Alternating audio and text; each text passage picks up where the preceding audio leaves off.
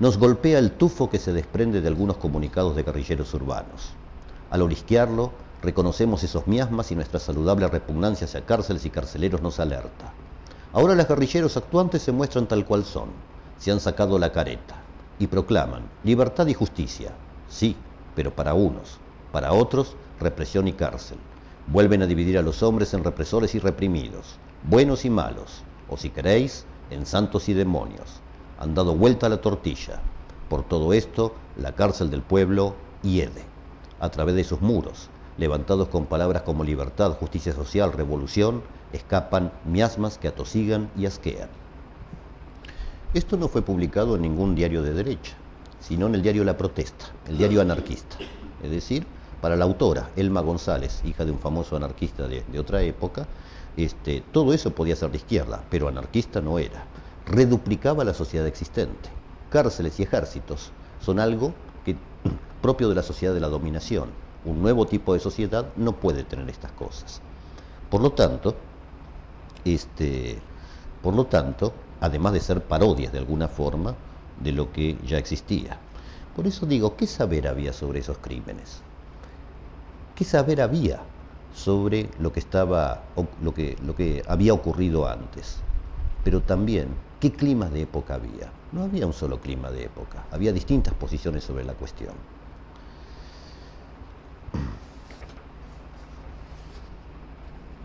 Además, ¿qué les importa a los ejecutados todas estas disquisiciones posteriores acerca de matices y coyunturas? Por ejemplo, si una mujer es violada, ¿qué le importa a ella después que el abogado del violador diga en un juicio que, bueno, este hombre es también un gran artista y también tiene buenos sentimientos hacia sus hijos? No le importa nada. En otras palabras, los argumentos en favor de la violencia revolucionaria, que se transmuta en exterminio de una persona o de millones, son consuelos para el verdugo, no para los ejecutados.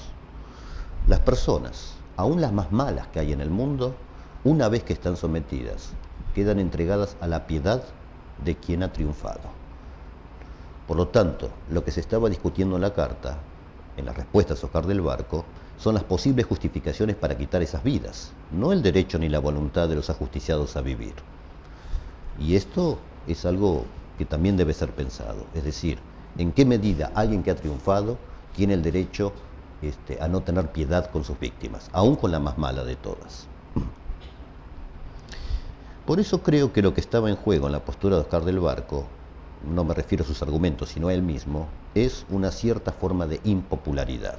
A esto se arriesgó.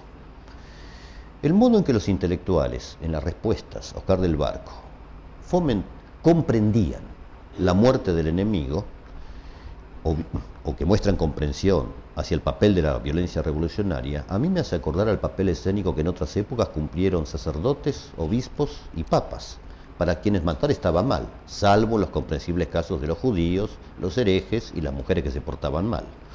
Y tampoco se entiende muy bien por qué los intelectuales tienen que justificar la decisión de matar en nombre de la revolución. ¿Por qué tendrían que recomendar algo a sus víctimas? De hecho, me gustaría pensar, o me gustaría que ocurriera, que estas respuestas a la carta de Oscar del Barco, que justifican el matar en determinadas circunstancias, fuera la última palabra de los intelectuales, un oficio inventado en el siglo XVIII y quizás ya en su ocaso. Y si fuera su despedida, esta sería una fea despedida. Lo cierto es que también existe el placer de matar, por odio o por venganza. Se podrá argumentar todo lo que se quiera acerca de la necesidad de la contraviolencia popular o de la defensa propia, etc. Pero la verdad es que las personas que están dispuestas a matar y que planifican el hecho, no lo hacen solamente por ideales superiores, sino porque matar también puede ser placentero, porque acrecienta la voluntad de poder. En la historia de los verdugos, de los movimientos de izquierda e incluso del anarquismo, que también los tuvo, uno nota esa especie de placer por matar al enemigo. Y esto es algo no dicho en la polémica y bastante terrible. Ahora, me pregunto también, ¿por qué en un momento dado la polémica se apagó? Tuvo un despliegue, año 2005, 2006, incluso llegó al 2007, y repentinamente se apagó. porque creo que aquí sí hay que historizar. O sea, la demanda de los interlocutores de Oscar del Barco de historizar la propuesta de no matarás, también cabe aplicarla sobre ellos. El año 2004 y el año 2005 en Argentina no es un año cualquiera. Había asumido el poder el presidente Néstor Kirchner.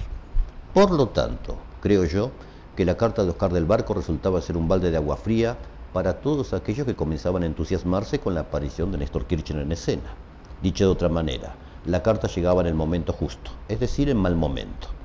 Al poner radicalmente en cuestión la bondad del proyecto de transformación social de la generación de los años 70, Oscar del Barco les dificultaba a sus interlocutores adecuarse al relato de los derechos humanos que comenzaba a proponer Néstor Kirchner cuando se afianzó en la presidencia.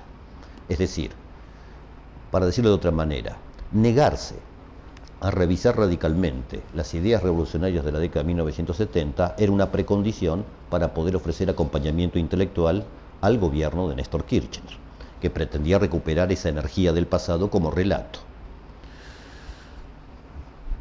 No obstante, soy consciente de que pegarle al setentismo puede ser fácil o alguna vez podrá llegar a ser fácil.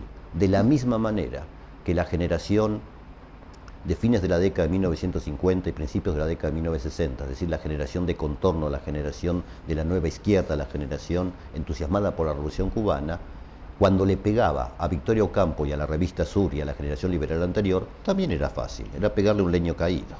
Lo interesante de la carta de Oscar del Barco es que no denunciaba al setentismo, no lo declaraba anacrónico, y no lo denunciaba porque sus intelectuales hubieran conseguido lugares de poder simbólicos o porque un gobierno de turno retomara relatos originarios o porque ese discurso ahora domine el aparato cultural.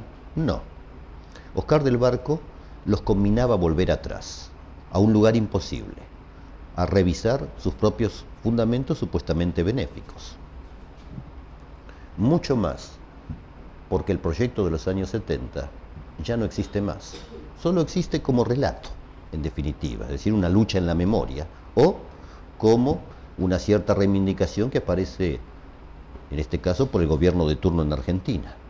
Es decir, solo sobrevive como nostalgia, en alguna medida, pues en las prácticas reales hoy está enredado con procesos políticos reformistas, que allá entonces y hace tiempo eran considerados poco menos que enemigos. Bueno, aún así, es cierto que la historia es violencia. La larga historia humana es una historia de sucesivas dominaciones de unos sobre otros y de aplicaciones de violencia. No todo, por supuesto, es así, ni lo ha sido, pues si no, la raza humana hubiera desaparecido. Kropotkin, uno de los fundadores del anarquismo, tratando de refutar a Darwin, explicó que la larga historia de las comunidades humanas es una historia de autoorganización y de autoayuda, no solamente de aplicación de poder y de violencia de unos sobre otros. De otra manera no se hubiera llegado hasta el día de hoy. Ahora, justamente porque la historia es violencia, es porque todos somos responsables de los otros, porque todos nosotros podemos ser violentos, todos nosotros podemos transformarnos eventualmente en actos de asesino, todos podemos hacer actos de crueldad o de maldad y de hecho lo hacemos, aunque sea en pequeñas dosis, con vecinos, con amigos, con hermanos o con la pareja. Nadie está a salvo de volverse malo. Quienes minimizan o niegan esta posibilidad se desconocen a sí mismos. De más está decir además que los hombres son libres, pueden decidir matar o no hacerlo. Y esto es una decisión de índole moral y afectiva, no una necesidad histórica. Y justamente por eso pueden ser hechos responsables de sus actos. Oscar del Barco afirmó que el nombre de cada persona que hay en el mundo es no matarás, que cada cuerpo existente en el mundo es no matarás, que todas las personas que han existido en el mundo hasta ahora fueron en sí mismas no matarás, y que las vidas que van a venir, a las que esperamos, nacen siendo no matarás. Este es el núcleo duro de la carta de Oscar del Barco. Es un núcleo duro como un diamante y contundente como una voz majestuosa. No es producto de un fundamentalismo místico o ahistórico, sino del amor como fundamento de nuestra vida. Y también es la base para una política posible, que es el otro punto ciego en todas las respuestas dadas a Oscar del Barco, es decir, la incapacidad de pensar en otras formas de política.